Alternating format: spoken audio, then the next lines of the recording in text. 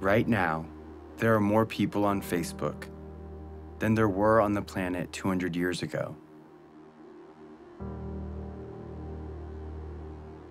Humanity's greatest desire is to belong and connect. And now we see each other. We hear each other. Grandpa, I love you. I love you. Well, I want to take a picture. We share what we love, and it reminds us what we all have in common. Dug out alive and well after 7.5 days. If you believe in yourself, you will know how to ride a bike. Rock and roll! So now technically your device is on. Can you tell? Oh, that's exciting! And this connection is changing the way the world works. Governments are trying to keep up. No, we can't test the freedom. And older generations are concerned. Many people are very concerned about tomorrow. They could get worse next year. The game has new rules. The next 27 minutes are an experiment. But in order for it to work, you have to pay attention.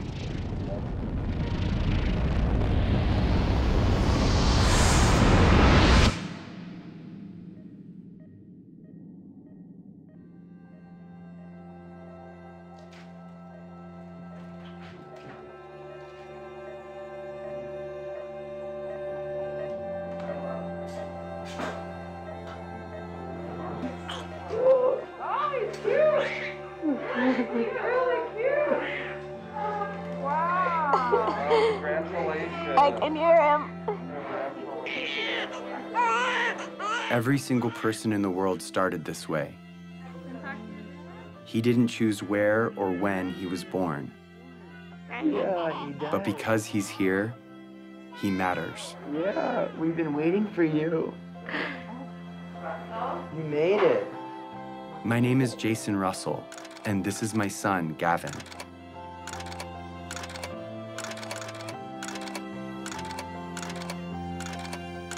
He loves jumping on the trampoline, being a ninja, and dancing. What are you doing? Making snow angel. How do you do that? You do this. And just like his dad, he likes being in movies. Action.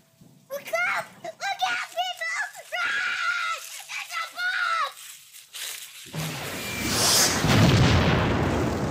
bomb! And making movies. Daddy, watch this. I think you got the video. But he was born into a pretty complicated world.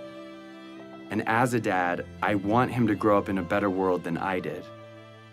And because of the course of events in my life, I see a way to get there.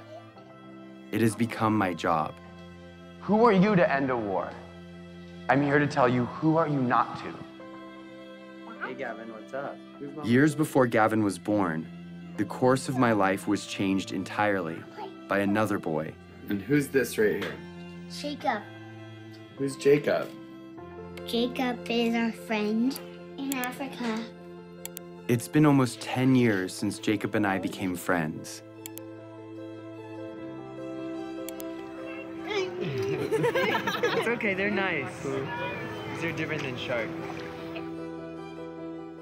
But when my friends and I first met him in Uganda, in Central Africa, it was in very different circumstances. He was running for his life.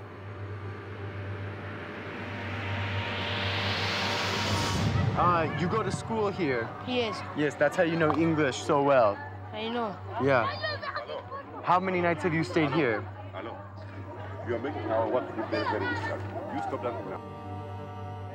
The night I first met Jacob, he told me what he and other children in northern Uganda were living through. Reward the rebel when they raise us again, then they will kill us. My brother tried to escape. Then they kill using panga. They cut his neck. Did you see it? I saw.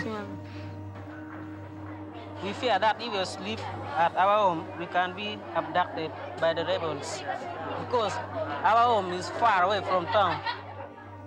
They will catch us, then will take us there in the bush. So come here to save our life.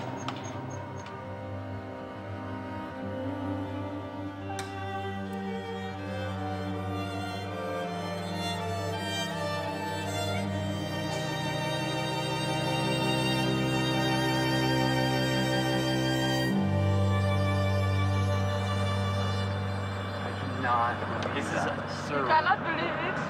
This has been going on for years. If that happened one night in America, it would be on the cover of Newsweek. What is it that you want to be when you grow up? For me, I wanted to be lawyer, but no money. I don't have money to pay my school fees, so that I learned and then I be lawyer. After spending a few weeks with Jacob, he told me something I would never forget. So it is better when you kill us. And if possible, you can kill us, you kill us. For us, we don't want now to stay. Because You don't want to stay on Earth. we are only two, no one taking care of us. We are not going to school. So You would rather die than stay on Earth. Yes. Even now. Even now. Are we going to stay in our future? He told me more about his brother and what he would say to him if he were still alive. I love you, but now I miss you. So it is better when we meet. We are going, even if we are not going to meet, but we may meet in heaven, you see.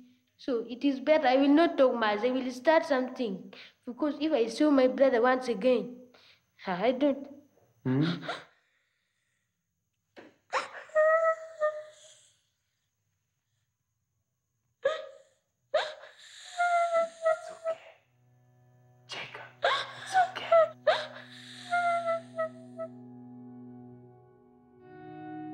Everything in my heart told me to do something.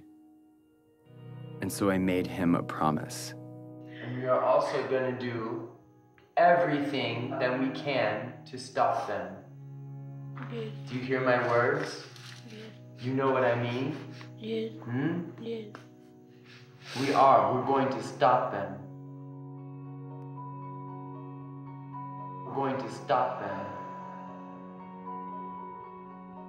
I made that promise to Jacob, not knowing what it would mean. But now I do. Over the past 9 years, I have fought to fulfill it. And the fight has led me here, to this movie you're watching. Because that promise is not just about Jacob or me.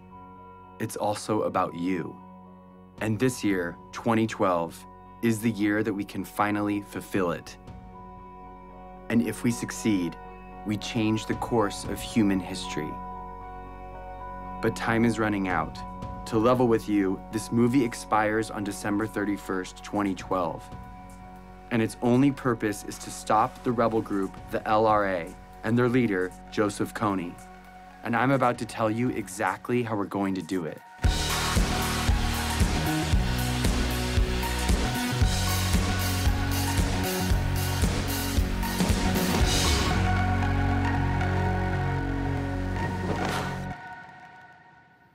So the thing is, my son Gavin I've never really explained to him what I do. He knows I work in Africa, but he doesn't know what the war's about or who Joseph Kony is. So I'm gonna explain it to him for the first time today. That's what we're doing.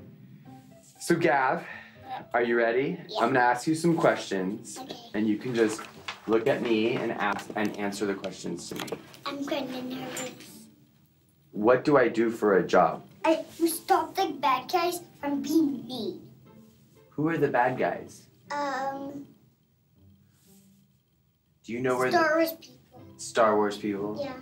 Those are the bad guys? Yeah. Can I tell you the bad guy's name? Yeah. This is the guy Joseph Kony. He's the bad guy? Yeah. Who's this? Jacob. Joseph Kony, he has an army, okay? And what he does is he takes children from their parents and he gives them a gun to shoot, and he makes them shoot and kill other people. But they're not going to do what he says because they're nice guys, right? Yeah, they don't want to do what he says, but he forces them to do bad things. What do you think about that? Sad. I couldn't explain to Gavin the details of what Joseph Kony really does. Because the truth is, Kony abducts kids just like Gavin.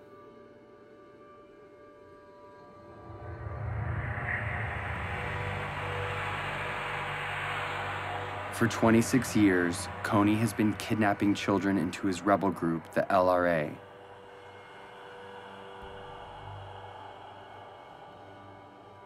Turning the girls into sex slaves. And the boys into child soldiers. He makes them mutilate people's faces. And he forces them to kill their own parents. And this is not just a few children. It's been over 30,000 of them. And Jacob was one of those children.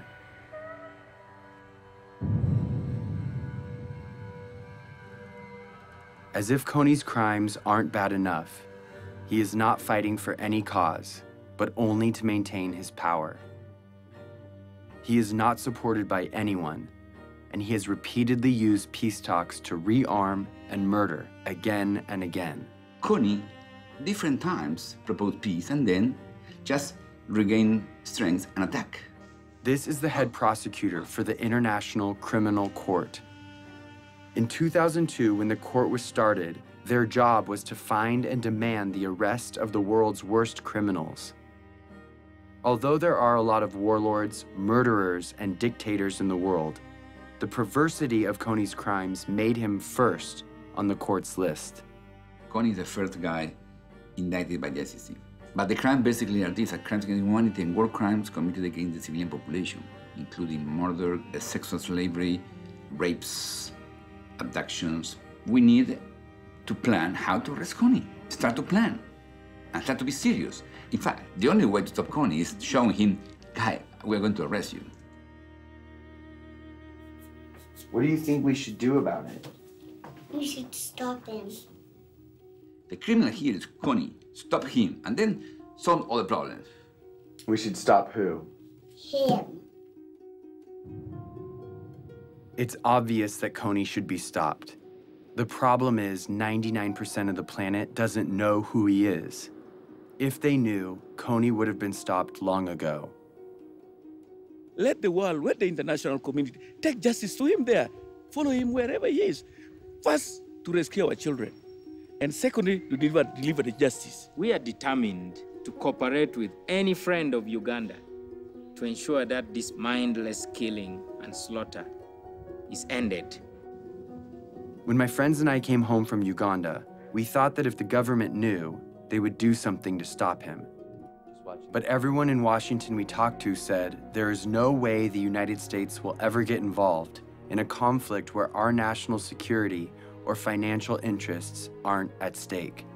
No administration, Republican, Democrat, Obama, Bush, Clinton, doesn't matter, would do enough because it's simply not an important enough issue on the radar screen of American foreign policy. Since the government said it was impossible, we didn't know what else to do, but tell everyone we could about Jacob and the invisible children. Let's show this movie to as many people as possible in such a way that we can't be ignored. And when we did, people were shocked, and their awareness turned into action. We started something, a community. I have friends that have been living in this conflict their entire life. Fight for that, because that is what is going to change this world, and that is what defines us. We got creative, and we got loud. It's not over! It's not over! It's not over! And as the LRA began to move into other countries, Jacob, and other Ugandans came to the US to speak on behalf of all people suffering because of Kony.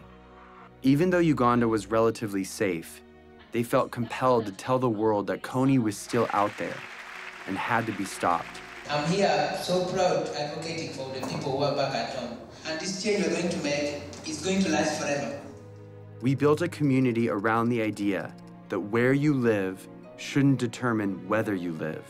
We were committed to stop Kony and rebuild what he had destroyed. And because we couldn't wait for institutions or governments to step in, we did it ourselves, with our time, talent, and money. So we rebuilt schools. The best you can offer a child is by letting them be independent, and that was providing education. We created jobs. I have seen the lives of those who have been hopeless. Now they have hope. And we built an early warning radio network on the front line of the war to protect villages from rebel attacks. To update real time what's happening on a war zone 8,000 miles away. All of this was funded by an army of young people who put their money toward their belief in the value of all human life.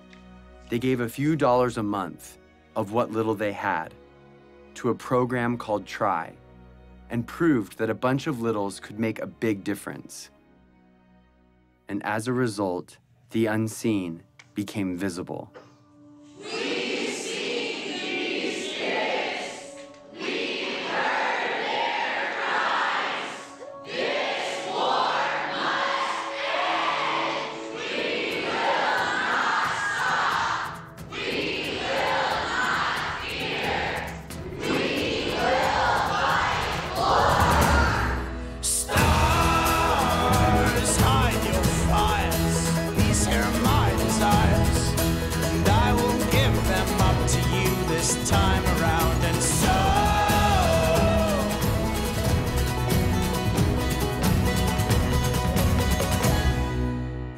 I've talked to people from Mexico, from Canada, from every other state that I can think of. We're all doing this for the exact same reason, and we're all coming from completely different places. This is what the world should be like.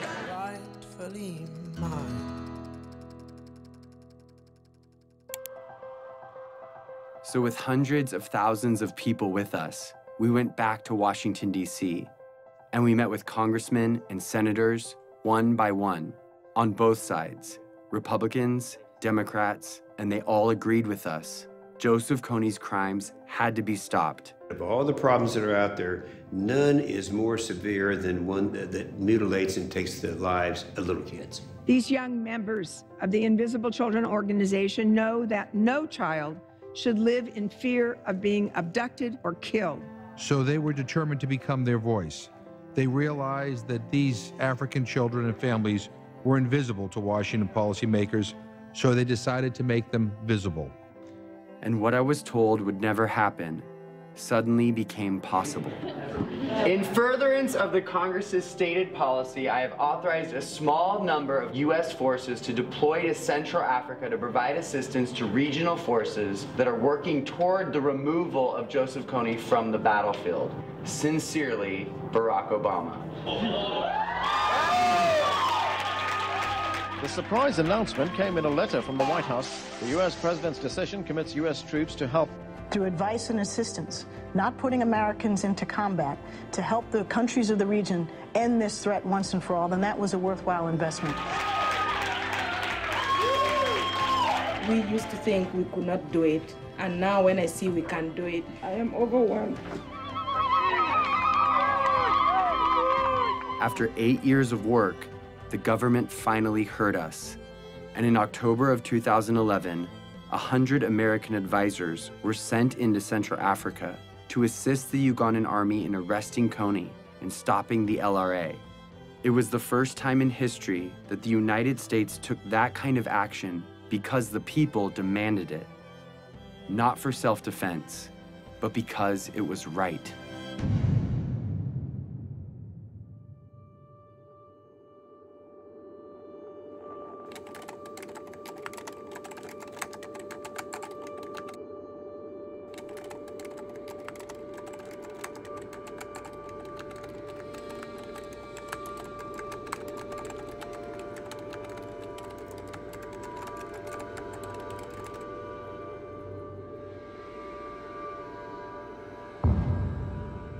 We've come so far, but Kony is still out there. He's recently changed his tactics, making it even more difficult to capture him. And international support could be removed at any time. If we take the pressure off, if we're not successful, he is going to be growing his numbers. People forget, and you got to remind them, and it takes numbers to remind them. And if interest wanes, then it'll go away. And I'd end up standing out there alone trying to do something to support completing the mission. It's got to be 2012. It's not bad for the youth, it's bad for the world if we fail. It's not important just for Ugandan people, it's important for everyone. It's hard to look back on some parts of human history, because when we heard about injustice, we cared, but we didn't know what to do. Too often, we did nothing. But if we're going to change that, we have to start somewhere. So we're starting here with Joseph Kony, because now we know what to do. Here it is. Ready? In order for Kony to be arrested this year, the Ugandan military has to find him. In order to find him, they need the technology and training to track him in the vast jungle. That's where the American advisors come in. But in order for the American advisors to be there, the US government has to deploy them. They've done that, but if the government doesn't believe the people care about arresting Kony, the mission will be canceled. In order for the people to care, they have to know, and they will only know if Kony's name is everywhere.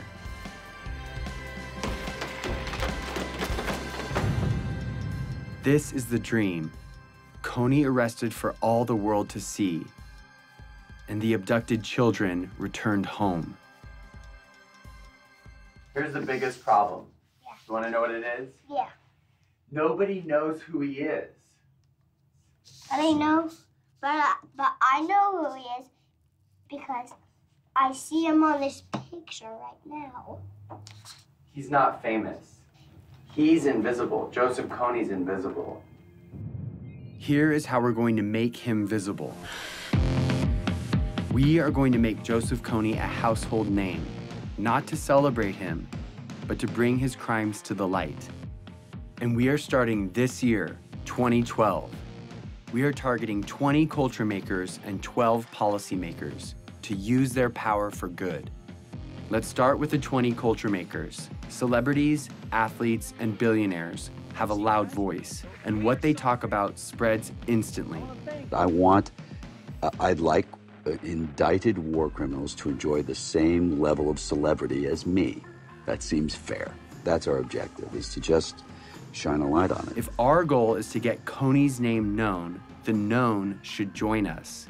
We are targeting 20 of the most diverse and influential culture makers to speak out about Kony and make him famous.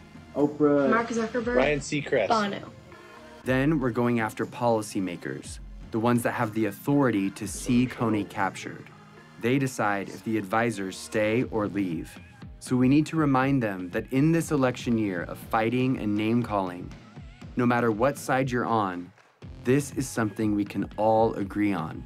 If a senator or congressman notices 25 phone calls on any issue, on any given day, it is noted. When citizens, by the hundreds of thousands, start demanding that our government do something, suddenly it becomes in the national interest of the United States government to respond to this problem. We've identified the 12 policymakers that could change the game regarding Kony, so we're targeting them. On our website, we've made it easy to write them directly, call them, meet with them, and get their attention. If my son were kidnapped and forced to kill, it would be all over the news. So we are making Kony world news by redefining the propaganda we see all day, every day, that dictates who and what we pay attention to. A lot of people feel powerless to communicate their ideas. They think that, okay, you know, I'm not a corporation, I don't own my own magazine or news station, I just don't have any say. But seeing what I've done, I think it's empowered a lot of people to realize that one individual can make an impact. And I actually want to demystify and say, here are these really simple tools. Go out and rock it. And that's just what we intend to do. Our goal is to change the conversation of our culture and get people to ask, who is Joseph Kony? We have printed hundreds of thousands of posters, stickers, yard signs, and flyers that are right now, today, being put up in major cities all over the world. We have thousands of Kony 2012 bracelets that we want everyone to wear, this year only. Each bracelet has a unique ID number. Input that number and you enter the mission to make Kony famous. You can geotag your posters and track your impact in real time. Everything you need is in a box called the Action Kit. It has 2 bracelets, one for you and one to give away. And if you want to help fund our life-saving programs, donate a few dollars a month through Try, and you can have the Action Kit for free. Start making Kony famous today. But all of these efforts will culminate on one day, April 20th, when we cover the night. This is the day when we will meet at sundown and blanket every street in every city till the sun comes up. We will be smart and we will be thorough. The rest of the world will go to bed Friday night and wake up to hundreds of thousands of posters demanding justice on every corner.